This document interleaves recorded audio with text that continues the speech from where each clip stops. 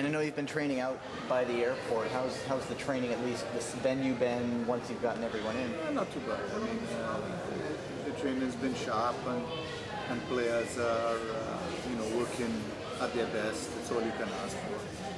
And what can you say about the squad you have assembled now that you have pretty much all of them in here? Well, I mean, there's a couple of things because as a coach, I wanted to build upon the last game that I had the team together properly, and that midfield doesn't exist for this game.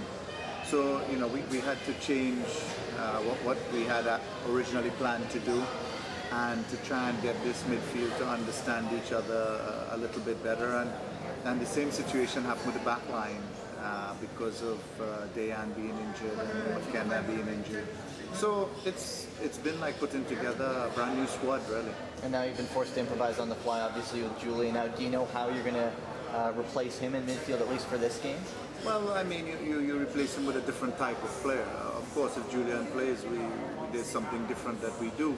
But he could have been, it could have been an injury, it could have been anything, and you would have to play someone else. So you adapt.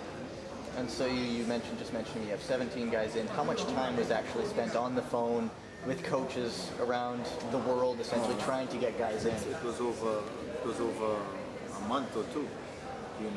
Just trying to get things finalized, and because a lot of our players play in lower leagues or different leagues, it becomes a little bit complicated because some have to play for promotion, some play in to stop relegation, some have playoffs.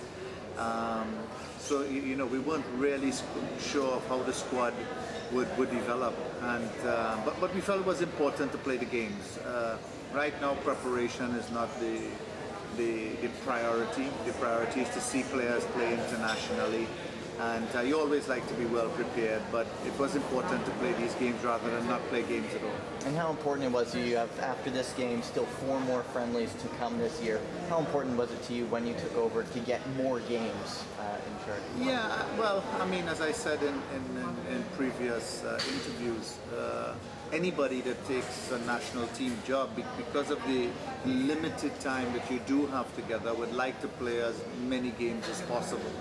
And within that, we needed the games because, I felt it's my objective to try and find a bigger player base. And as you can see, this is a prime example of why you need a bigger player base. And I mean, since I've been down here since about Tuesday, there's been almost no mention that Canada's here. It's been all about the World Cup, about the squad. I mean, I know it's Argentina and it's a big country, but do you sort of just say, hey guys, let's show them that we can play? Is there a bit of a motivation that way to go out there and play well? Well, I think we approach every game that way, to be honest. In the discussion with the players, one of the things that we've talked about is how we approach every single game. Even though we might approach the game with a specific objective in mind, we're always playing the game to the optimum of our capacity, and of course we would love to get a result. That's why you play. And I mean, obviously the players are going to be lining up against some of the biggest names in the game, some of the best players in the world, but you yourself, your counterpart coach is none other than Diego Maradona, one of the biggest names in the history of the game. What does it mean to you as a coach that he's going to be on the opposite side against you? Well, I mean, Maradona was a great player, and now he's coaching. And but if you look at the team, they have arguably, in my estimation, one of the best teams in the world, and could very well win this World Cup. So I think it's more important to test team to team, and for the players to get the experience of playing against some of the best players in their positions in the game. And I mean, just obviously Canada isn't the biggest soccer nation in the world. You come down here, what has it been like sort of experiencing a place where it is almost everything?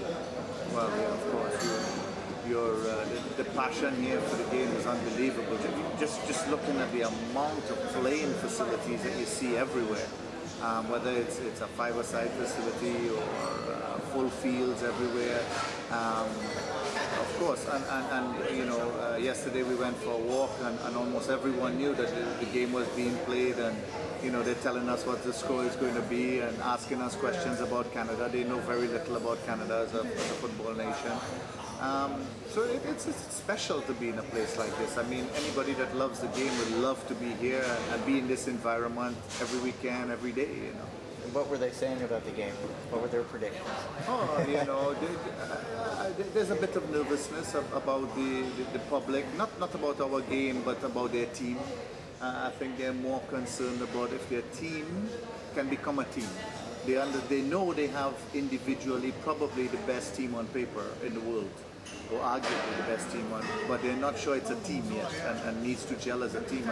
And there's some subtle murmurings about that. Excellent. Best of luck.